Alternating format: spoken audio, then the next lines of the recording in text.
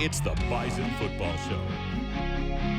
Valley News Live and Gate City Bank present the Bison Football Show with head coach Chris Kleiman. A wild finish in Youngstown, Ohio, and the Bison tapped into their championship DNA to somehow sneak out of Ohio with a huge victory. NDSU has put themselves in a great position just days from Selection Sunday. We welcome to the set head coach Chris Kleiman, and what a great road win for your team, Coach. What a great win. We have a lot of resolve, and the kids all continued to believe the entire 4 quarters. And then we probably played the best fourth quarter we've played all season, offense, defense, and special teams. I'll tell you what, Youngstown, hats off to them. They have a good team, don't they? They have an excellent football team, and they were prepared to play us and had great schemes both sides of the football. And we thought a big difference could be special teams, and it was. Yeah, no question. Let's break this down, and we'll show you some of the great highlights. What a fantastic game it was. You know, the weather turned out to be pretty good, actually. It was kind of breezy, kind of chilly, but not bad at all. And I thought, Coach, early on, they were running the football and moving it well, weren't they? Yeah, they did about everything they wanted. And number 20, Jody Webb, was a sign of things to come. We had a difficult time with him all day. Hey, they rotated their quarterbacks, and the running quarterback came in, and he could really run. I think he fits their offense for what they want to do probably a little bit better, and he had a great day. So some adversity early at 7-0 Youngstown, and the Bison, though, start to churn out a little drive here and convert a couple of third downs. Yeah, even though we didn't get points out of this drive, it was a really good drive. We were able to flip the field, took time of possession, so it was a great drive by the guys. Lucas Albers was sick in this game, but Jeff Ilias really stepped up, didn't he? Really happy for Jeff. He made a couple of critical catches, one here and then one late in the game, and Jeff's gaining a lot of confidence. You know, this drive, like you mentioned, did not churn out any points. This is a 4th and 6. You don't make the downs, but you did gain some yards and some confidence a little bit. Yeah, we really did, and give Youngstown State credit for stopping us once we got down there. Well, the defense early on started to figure things out a little bit early in the game here. You forced a 3-and-out. Yeah, we did. We were kind of up and down defensively. I thought we were playing on our heels defensively through about 3 quarters, and we missed some fits, and we have a great job here. Brandon Brocious played an exceptional game. Actually, both teams swapped some 3-and-outs here, so there wasn't a lot of points early. We're now into the second quarter. Now Youngstown puts together a few plays again. Yeah, and you see, we just missed some tackles, and we've got to shore that up because we're going to face some really good offenses, and we didn't tackle very well on Saturday. You know, when they're speed out in space, they're very dangerous, aren't they? Yeah, and we talked about it all week. Their perimeter was as good as we faced all year, and they did a really good job against us. You know, on this drive, though, you made some plays. You know, I thought, you know, you kept them from the big play a few times here in the second quarter to try and build some things. Yeah, especially with the wind the way it was really good to finally get this stop. I think this is a 3rd and forever, and they complete about an 8-yard pass. We forced them into punt. Yep, a 3rd and 25 on that one, actually. And now you have an explosive play. We talk about them all the time. They're such a big deal, and they have a broken coverage, and you find Zach Vraw. Yeah, they did. They had a broken coverage here, but great job by Easton and Zach letting the play out, and we get a big play, and obviously we need those big plays. You know, Zach Vraw, he had 100 yards 2 years ago at Youngstown, had another good game in this one. He loves Youngstown. How about Easton here? We'll get a nice run. The only part about this drive is really you had to settle for 3. Yeah, that was the only thing disappointing is we had a chance, and they did a good job shutting us down, but we had to get points off the big play, and Cam was able to come in and kick a big field goal, and I know it was only 30 yards, but it's still a big confidence booster for him and gets us on the board. You know, it really wasn't easy kicking conditions either. It was fairly windy and gusty, wasn't it? Yeah, it really was. Well, the D got on their heels at this point in the game here a little bit. They started to get some big plays. This is an 11-yarder. They put a drive together here. Yeah, they really do. Good scramble by the quarterback to get him a 1st down. This Jody Webb now at 2 plays in a row. He's going to go for 14 here, then a big play for 45. Yeah, and you just see it. It's missed tackles. We have guys in the right position. We just can't bring him down, and he's a special player. Now this 45-yard play, he just gets out in space and he takes off. Yeah, he cuts it back, and we miss a couple tackles, and the pursuit angle is not real good. And if that happens against him, it's going to be a big play. So the first half ends, and it's 14-3 Youngstown. So certainly some things to talk about in the locker room. Only 42 yards rushing for the Bison. That would certainly change in the second half. Third down conversions, YSU 4 of 6, but a sign of things to come. They ended the game with 4 as well, so the Bison figured some things out in the second half. Before we get to that second half, on the Gate City Bank hot seat, Nate Tangway. As a child, who was your favorite superhero? Wolverine. Okay, that's a good one. Yeah. Are you a morning person or a night owl? I've turned into a night owl because of my friend Matt, so. What is your favorite pro team? Green Bay Packers. Okay, I figured that. Yeah. In traffic, are you patient or do you get frustrated easily? I'm a very frustrated driver. So look out. Yeah. What is the worst household chore? I would just say cleaning my room. Yeah. What's your biggest fear? Afraid of heights. Last year, my dad made me do something that would get on the roof, and I was shaking. I almost cried because I hated it so much. I'm with you on that one. What do you like most about Fargo and North Dakota in general? Probably everybody's love for NDSU. So. What impresses you most about this Bison coaching staff as a whole? How much they really care about you. I don't think I've ever really felt that with an entire coaching staff. Everybody cares about every single player here. What's the one thing people don't know about you? My sports hero is Ronda Rousey. She is my favorite person in the world. I love her to death. So that is... All right, good one, Nate. Thank you. Okay. Yeah. Well, Coach, I'm sure a lively locker room down 14-3, huh? Yeah, and you hit it on the head when we talked about that. Third down, and we couldn't get off the field on defense, and we couldn't stay on the field on offense. And that's all we really talked about was we got to get back to playing Bison football, which is controlling the clock, winning on third down, and then obviously defensively getting off the field on third down. Well, a wild second half. Let's roll the tape. And, Coach, you won the toss, so you got the ball first. That's a big deal, isn't it? Yeah, that was a big deal. It was important for us to go down and get some points. You know, and I thought Bruce Anderson in the special teams, you mentioned the special teams were so huge in this game, and, you know, he's a really dynamic returner. He really is. We did an unbelievable job blocking on this thing all day long. We had 4 or 5 really big returns. And you get a big play on this drive, too. The Omaha connection gets rolling with a nice deep ball here. Yeah, great call. It was 2nd and 1, and we took a shot vertically, and RJ makes a good catch and perfect throw by Easton. This didn't go into the end zone real easy, though. It's a 4th and goal here from the 1-inch line.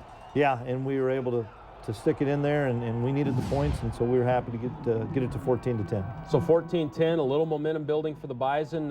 You trade some 3-and-outs here, and teams are still kind of feeling themselves out here in the third quarter.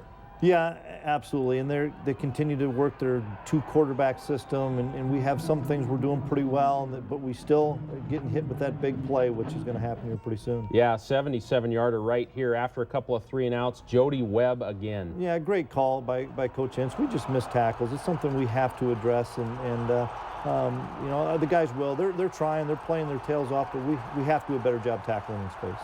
So any momentum the Bison had is gone. Now it's 21-10. The Bison offense has a 3-and-out, and things start to get real dicey in a hurry here because YSU gets the ball back, and they are on the move again. Yeah, we're down 2 scores, and late in the third quarter, and they're churning out the yards, running the football, and it doesn't look good right now. Ruiz had 16 there, and then Himes here for 21, and somehow you got to keep him out of the end zone here, right? Yeah, we do. We have to hold them to 3 here to keep it as a 2-score game, and luckily he stepped out at about the 27, or they're inside the 5.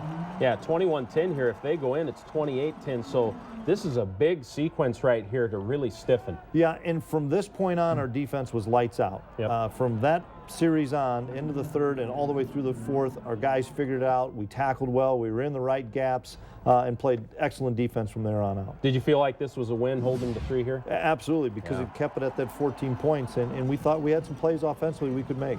And absolutely, and you stayed committed to the run. First play of the fourth quarter, a huge run for Bruce Anderson, 57 yards. Yeah, great call by Coach Polisek, great blocking by the Rams, and Bruce hits the edge and makes a big play.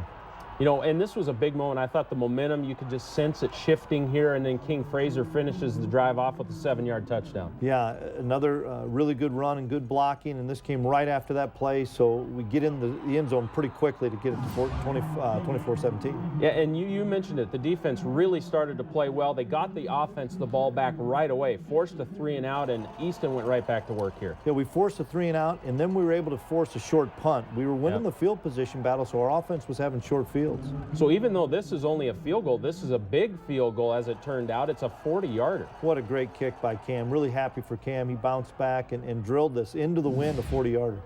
So it's 24-20 right now, still in the fourth quarter. The Bison have got back into the game, and the defense just impressive in the fourth quarter, allowed only -2 rushing yards. Yeah, great job by Nick and Trey keeping the cup on the good running back and preventing a big play there. So you force a 3-and-out. The Bison offense has a 3-and-out. Now here they get the ball back, but you stop them again. Yeah, really good job by Greg Menard. They kind of ran the same jet sweep with Webb, and we were able to stop at that time. Okay, late fourth quarter right now. You need a drive. You need a touchdown. It's a 3rd and 8. What a huge play this is. Great throw and a great catch. We'd worked this route all week against their specific coverage. We got the coverage, and we executed. Impressive throw by Easton. He really had some heat on that throw. And now here's a play right here. I thought I had an end zone view of this look, and there was clearly jersey tug right here, but this is a big play in the game, really. It really is. Great job by Nate of going up for the football and Easton giving him a chance to catch it, and they called the PI.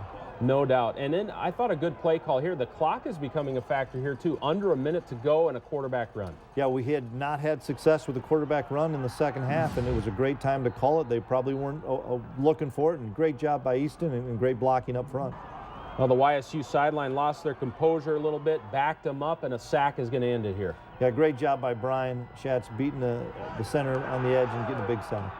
Yeah, they lost their composure more than a little bit, I should say, Bo Pelini. But the final score, 27-24. What an impressive road win for NDSU. You see the total yards really evened out, 360 to 349. YSU had a big advantage at one point in the game. And there you see 4 of 12 on 3rd down. They were 4 of 6 in the first half. Not one 3rd down conversion in the entire second half for Youngstown State. Let's hear what the players had to say after the game. You know, they did have a great game plan, and they were able to get the edge on us a few times, but there were a lot of plays where we just missed plays. We missed tackles, and they were there to be made. They're a great team. They really are. They had a good game plan against us. We just kept persevering. We never really lost confidence in the locker room. We just knew we had to step up and make some plays down the stretch. We always try and trust the process, and we have trust and faith in our offense that fourth quarter rolls around, we're gonna make a stand and go and try and punch it in. So it was good to have a nice nail-biter close game. Yeah, defense did a great job of getting us the ball back, and we got it good field position, and we just knew that it was going to be a 4-quarter game coming into it, and we just knew we had to execute and finish. Coach P did a great job preparing us all week, and we just wanted to execute. It was just the whole fourth quarter that really set us apart, I think. We got a lot of stops on defense. The offense drove the ball really well. We had good field position on special teams. So the fourth quarter is really where we stepped up. I'm just so proud to be a Bison, man. This team is a tough bunch of dudes, and there's no quit in anybody in that locker room, and that's something, we really pride ourselves on. We're going to fight all 4 quarters, and just really proud to be here. Well said, Easton. Well, this week's Nodak Mutual Insurance Player of the Game is Bruce Anderson. The true freshman continues to impress. The huge run changed the momentum of the game right here, and his kick returns played a big part in the outcome of the game as well. Bruce Anderson had 171 all-purpose yards. My attitude going to the game is just give it my all. Keep the guys up and just give it my all, and it just felt great being a part of it. We just lift each other up when we see a guy we just hey, get it up. Cheer everybody on, stay in the fight, cheer the defense on, whether it's the defense up or if it's offense on, cheer the offense on. So that's how we keep it going. Coach, let's talk about Bruce a little bit. Ran the ball well. I thought his big run was a huge play in the game. And also, I think his kick returns, we're going to watch one right here, one that was actually called back. He could have had over 200 all-purpose yards. He had a really good one here. But just talk about the weapon he provides you in the special teams. Well, he's gaining more confidence, too, and he's healthy now. And he is a dynamic football player with tremendous speed. Has a big play here, and you're right, that run, and he's a physical runner. He's got good speed, and he's also a real physical guy. So we're happy that Bruce is continuing to improve as the season's going along. Yeah, that was the kicker that paid the price on that one. So even though that was called back, he still had 95 yards in kick returns. Wow. Yeah, we did a really good job, I thought, blocking on the kick return. And once again, we're flipping the field, and that was so critical for us to get some shorter fields. Well, Coach, as wild as this game got, I thought one of the most impressive things that maybe turned the game around for the Bison was the fact that you played a really clean game. Yeah. No interceptions, no fumbles. As we look at the stats here, you only allowed 1 sack, and they have a tremendous pass rush, great defensive ends, and you only had 5 penalties. Yeah, I thought we played a really clean game, and that gave us an opportunity in the fourth quarter. And like you heard the guys say it, if we can get them in the fourth quarter, we have an opportunity. We outscore them 17-0, do some really good things both sides of the ball, and once again, the kicking game gave us great field position in that fourth quarter. And to only allow 1 sack with that front 4, that is an impressive stat right there. So hats off to the Rams on that one. Now the standings in the conference, we're down to the wire here. There's only 1 game left, and the Bison are in great position. Illinois State and the Bison are at 6-1. It's very similar to last year, actually. And South Dakota State got a big win against their rival. Yeah, it's just kind of played out like we thought with Illinois State and ourselves at the top and South Dakota State right there. And Northern Iowa and Western Illinois got a big win too. So it's a really good league, as we know. Yeah, Northern Iowa's coming alive, aren't they? They have now rebounded to 6-4. Yeah, they're a really good football team. We all know that, and they've got a chance to make the playoffs. Well, there's a lot of things that go into Bison football, and we're going to take a look at one of those in our feature story this week, the video part of the behind the scenes. Stay with us. Welcome back to the show. A lot of things go on behind the scenes to make Bison football what it is. Coaches watch a lot of video during the week. A lot of work goes into getting the video in the coach's hands. We dig into the process in this week's Olaf Anderson Construction feature story. We hear it week in and week out from players. You know, we see on film. Just seeing them on film, seeing a little bit of film from them. And no, they aren't talking about movies. Meet Jake Otten, probably the most important guy on the Bison football staff, and likely one guy you've never seen or heard of. Otten is the video coordinator for the Bison. It's one of those jobs that is definitely thankless, and you just have to grind it away and, you know that you're doing something that is helping this team. Otten is in his second season with the Bison, coming from Cal Poly, where he held the same position for 4.5 years. If you're wondering, he didn't just fall into the job. The film runs deep in his family. My dad, you know, he's the video coordinator for 30 some odd years with the Raiders. My uncle's video guy for the Raiders. My cousin is a video guy for Stanford football, so it's kind of in my blood. Over the course of his 7 years as a video coordinator, the technology has changed dramatically to the point where the players and coaches have almost instant access to game or practice film the minute they walk off the field. It's really convenient, and the quality and everything is just so much better now. I remember that freshman, sophomore year, you know, the only time when we would watch film is, you know, with the team and guys would come in the mornings, but now we get iPads that we can rent out, and everything's just a lot more convenient. And the players use it to improve their game. You talk to some older guys, and I mean, it took them a few years to get it, but with all available access we have to this film, I mean, you can really speed up the process. With most people associated with the program, once film starts, the work starts. But for Otten, I mean, the most stressful part of my day is when all the coaches are out of the office, they're in the meetings. Because I know I'm sitting in my room just waiting for a phone call. Hey, the video messed up, or hey, the computer's messed up, or the projector's out. So that's probably the most stressful part of my day, is just sitting while the coaches are actually not even in the office. He is appreciated throughout the team, and his job may go unnoticed to some, but for Jake, he wouldn't be doing anything else. When I go to work, it doesn't feel like work. It feels like I'm actually doing something that, you know, really means something. And when we're winning games, it makes it a whole lot better, too. For the Bison Football Show, I'm Alex Egan. Coach, you always say, own your part of the process, and it appears Jake is doing that. Oh, he sure does. Everybody appreciates what Jake does. Coaches love him. He works his tail off all the time. And I'll give you a saying from Gus Bradley: possess a genuine appreciation for what everybody does within your program. And you talk about a guy that does so much for our program. We wouldn't be where we're at without Jake, and he's done a great job, he and his staff. No doubt. Well, in this week's Peterson Farm Seed Future Crop of Bison, another young tight end is looking good. Matt Anderson from Stillwater High School in the Twin Cities area has a nice frame at 6'4", 228. He's top 10 in receiving yards in Stillwater football history. He says he is learning a lot from tight ends coach Tyler Roll. I think he's made things a lot easier than at least I've had to deal with in the past. He is a younger coach, so he's kind of just like one of the guys, and he treats you as such. He treats you as an equal, and you know, he's fired up and ready to go every day, and he gets you excited to go out there and practice. Coach, you got a good group of young tight ends, a Ben Ellison, a Matt Anderson. There's a lot of good young talent there. Yeah, Matt's done a great job. He's a really athletic tight end. And for Matt and Ben to go against Brad Ambrosius and Greg Menard every day in practice, it's going to make those guys prepared for the spring ball when they get an opportunity to compete. And all these guys, we talked to them, they love Tyler. He's a great position coach, isn't he? Oh, Tyler's dynamite. And he's a Bison, and you love being coached by a Bison. And Tyler has a ton of passion for this program. There's no question about it. Well, one game left in the regular season. It's Missouri State, who's having a tough year. We're going to break that matchup down. Stay with us.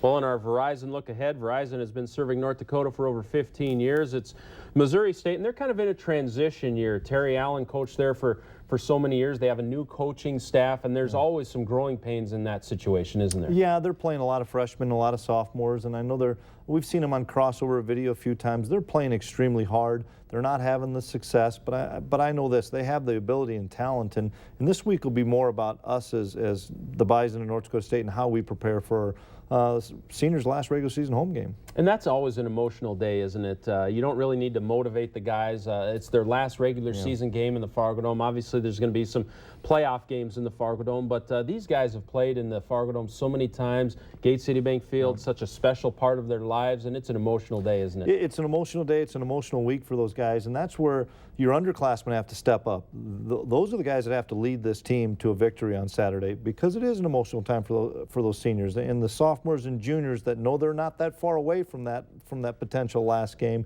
They're the ones that you kind of lean on to say, hey, let's get these guys through with a big win. And a game like this can get some depth, some reps as well, potentially. But how do you feel about your depth at this point in the season? Well, we're still developing, and we have to play a really good football game on Saturday. We'll get beat. We know that. In this league, if you don't have your A game or if you don't come prepared, you're going to lose. And so our preparation Monday through Friday will give us an opportunity to play well on Saturday. Do you feel like the team is starting to peak a little bit? You know, in the middle of the year, Carson gets hurt, but now you've had 4 games now, and you're starting to get a little rhythm with Easton, aren't you? Yeah, and 3 of those 4 have been on the road. So the young man's done a phenomenal job leading us to 4 wins, and 3 of those in tough environments on the road. But well, there's some things we still need to improve on. Obviously, tackling on defense. We still need to throw the ball a little bit better offensively. Our offensive line's playing at a high level, and those guys are healthy, and we're going to lean on those Rams. Great job to you and your staff. Congratulations. We'll look forward to Senior Day. Thanks, Jeremy. Missouri State will have you covered on the NBC North Dakota Network, ESPN3, ESPN College Extra, the Bison Radio Network. Plenty of ways to watch and listen to this one. Enjoy the time, folks. It's a great time to be a Bison. We'll see you next week.